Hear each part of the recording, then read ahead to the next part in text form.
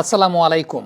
যেখানে ভূমি আর সাগর একে অপরকে জড়িয়ে ধরতে জানে, যেখানে প্রাকৃতিক দুর্যোগ আসে আবার মানুষ উঠে দাঁড়িয়ে হাসতেও জানে, যেখানকার মানুষের আতিথেয়তা এবং আন্তরিকতা অপরিসীম, সেখানকার মানুষ আবার জীবন সংগ্রামে জয়ী হতেও জানে। বলছিলাম নোয়াখালীর কথা। বাংলাদেশ প্রিমিয়ার লিগ বিপিএলে নোয়াখালীর নিজস্ব দল নোয়াখালী এক্সপ্রেস আসতে যাচ্ছে। আমার কাছে ব্যক্তিগতভাবে মনে হয় যে নোয়াখালীর একটা বিপিএল টিম বহু আগেই দরকার ছিল। কারণটা হচ্ছে এই নোয়াখালীতে যে পরিমাণ রিসোর্স রয়েছে, এই নোয়াখালীর যে পরিমাণ ফ্যান বেজ রয়েছে দেশে এবং দেশের বাইরে, সব কিছু মিলিয়ে এটা আমার একটা ব্যক্তিগত অ্যাসেসমেন্টের জায়গা। বহু আগেই হয়তো বা নোয়াখালীর একটা ফ্র্যাঞ্চাইজি আসা উচিত ছিল।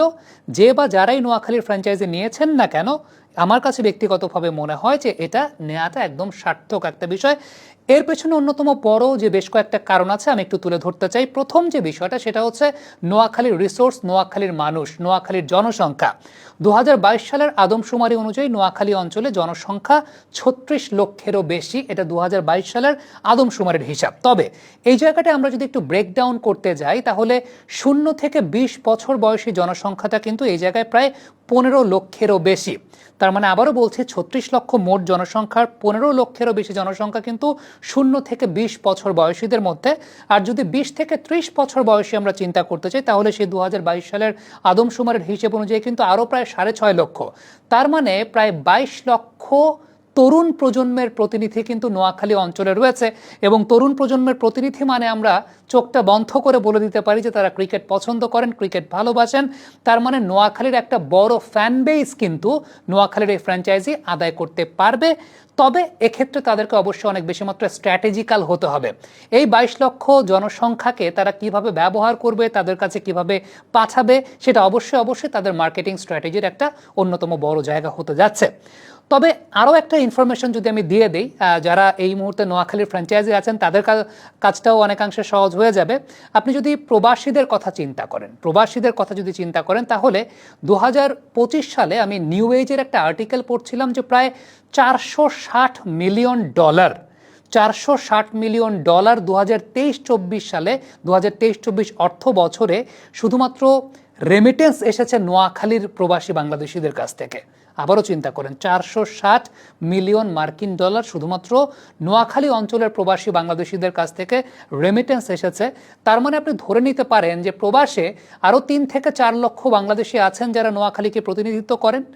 তার মানে এর মধ্যে তো তরুণ প্রজন্মের অনেক প্রতিনিধিরা আছেন। আর ইভেন আমি তো 30 বছর বয়স পর্যন্ত বলেছি, 30-এর পরে 40, 45, 50 তারাও তো ক্রিকেটটাকে অনেক বেশি মাত্রায় ভালোবাসেন। তো এত পরিমাণ জনসংখ্যা, এত পরিমাণ তরুণ প্রজন্ম যারা ক্রিকেটটাকে ভালোবাসেন, তাদের রিসোর্সটা অবশ্যই নোয়াখালী ফ্র্যাঞ্চাইজির ব্যবহার করাটা অত্যন্ত গুরুত্বপূর্ণ একটা ব্যাপারে গিয়ে দাঁড়াবে। আরেকটা ইনফরমেশন দিয়ে দিই, সেটা হচ্ছে আরেকটা হিসেব অনুযায়ী নোয়াখালী অঞ্চলে যে মোট জনসংখ্যা আছে তাদের প্রায় 43% অ্যাক্টিভ সোশ্যাল মিডিয়াতে। তার মানে আপনি চিন্তা করে দেখেন, এই যে 36 লক্ষ জনসংখ্যার কথা আমি বললাম, তার মধ্যে প্রায় 15 থেকে 16 লক্ষ কিন্তু সোশ্যাল মিডিয়াতে অ্যাক্টিভ রয়েছে। আপনি যদি তার সঙ্গে আরও 2 লক্ষ যুক্ত করেন যারা প্রবাসী বাংলাদেশিরা আছেন, তারা তো অবশ্যই দেশের খোঁজ খবর রাখার জন্য ইউটিউব, ফেসবুক, টিকটক এসব জায়গায় অ্যাক্টিভ থাকেন। সো আলটিমেটলি আমরা যদি একটু হিসেবের ব্রেকডাউনটা করতে চাই, তাহলে আপনি ফেসবুক, ইউটিউব, টিকটক সব কিছু মিলিয়ে অ্যাক্টিভ জনসংখ্যা কিন্তু নোয়াখালী অঞ্চলে পাবেন প্রায় 15 লক্ষের মতো। নোয়াখালী অঞ্চলের একটা অন্যতম বড় বৈশিষ্ট্যের জায়গা এখানকার কৃষি, এখানকার মানুষের আতিথেয়তার জায়গা, এখানকার মানুষের জীবন সংগ্রামের গল্প। এই সব কিছু মিলিয়েই কিন্তু নোয়াখালীকে বিশ্ব দরবারে অনেক বড়ভাবে উপস্থাপন করার সুযোগ আছে বিপিএল টিমের সামনে। আমি প্রত্যাশা করব যারা নোয়াখালীর বিপিএলের এই ফ্র্যাঞ্চাইজিটা নিচ্ছেন, তারা শুধুমাত্র নেয়ার জন্য নেবেন না, নোয়াখালী অঞ্চলটাকে প্রতিনিধিত্ব করবেন, নোয়াখালী অঞ্চলের মানুষকে প্রতিনিধিত্ব করবেন, নোয়াখালী অঞ্চলের পর্যটন শিল্পকে প্রতিনিধিত্ব করবেন এবং বিশ্বের কাছে বিপিএলের মাধ্যমে কিন্তু নোয়াখালী অঞ্চলের পর্যটন থেকে শুরু করে এখানের অর্থনৈতিক কাঠামো এবং এখানকার মানুষকে প্রতিনিধিত্ব করার একটা অনেক বড়, অনেক সুবর্ণ সুযোগ কিন্তু সেই জায়গাটায় আছে। বাবু টিউশন ফিসটা দিও। নিও। ধুর, আবার নিও।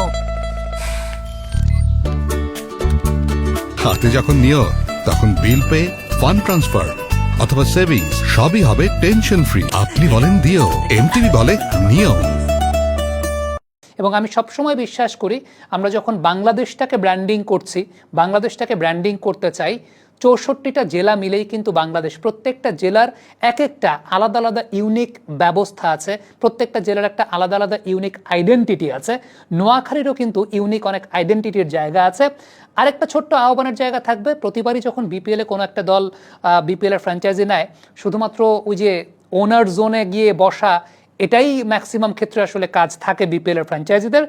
তবে ওই জেলার জন্য কিছু কন্ট্রিবিউট করা, ওই বিভাগের জন্য কিছু কন্ট্রিবিউট করা, এই জায়গাটা আমরা খুব বেশি আসলে দেখতে পাই না। আমার কাছে মনে হয় এই অঞ্চলের যারা টিম নিয়েছেন, এই ফ্র্যাঞ্চাইজি টিম নিয়েছেন, একটু তাদের খোঁজ খবর নেওয়াটাও খুব উচিত।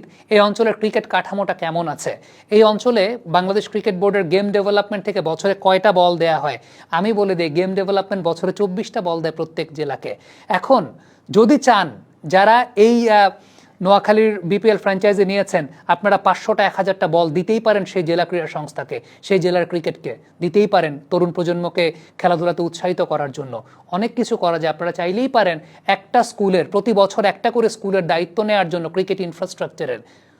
এগুলোই কিন্তু দিন শেষে একটা ইম্প্যাক্ট ক্রিয়েট করে। এরকম আরও অনেক কিছু আছে, সব যদি আমি এখান থেকে বলে দিই তাহলে তো আসলে আলটিমেটলি মার্কেটিং টিমের খুব বেশি কাজই থাকে না। বাট আমার কাছে ব্যক্তিগতভাবে মনে হয় ওই জেলার প্রতি কন্ট্রিবিউট করাটা এটা সবচেয়ে ইম্পর্টেন্ট ব্যাপার। একটা ব্যাপার বলেই দিলাম, সেটা হচ্ছে বাংলাদেশ ক্রিকেট বোর্ডের গেম ডেভেলপমেন্ট একটা জেলাকে 24টা বল দেয় এক বছরে। আপনি 50টা 100টা দেন না ওই জেলা ক্রীড়া সংস্থাকে, 200টা বল দেন, 500টা বল দেন, এটা তো কোনো ব্যাপার হওয়ার কথা না, এত টাকা দিয়ে যদি কেউ টিম নিতে পারে। বাট ওই জেলার কন্ট্রিবিউশনটা, ওই জেলাতে পপুলারিটি বিল্ড আপের, ক্রিকেটের পপুলারিটি বিল্ড আপের বিষয়টা কিন্তু খুব গুরুত্বপূর্ণ। সেই সঙ্গে সঙ্গে জেলাকে প্রতিনিধিত্ব করার ব্যাপারে সোশ্যাল মিডিয়া আছে, সব কিছু আছে, প্রবাসীরা আছেন, তাদের জীবনের গল্পগুলোকেও প্রতিনিধিত্ব করার ব্যাপারটা মনে হয় বিপিএলের ফ্র্যাঞ্চাইজিগুলোর একটা দায়িত্বের মধ্যে পড়ে। কিন্তু প্রতিবারই আমরা এই জায়গাটা খুব ইগনোর করতে দেখি। আশা করব এই প্রফেশনালিজমটা নোয়াখালীর ফ্র্যাঞ্চাইজি বজায় রাখবে। কমেন্ট বক্সে আপনাদের মন্তব্য, মতামত জানতে চাই।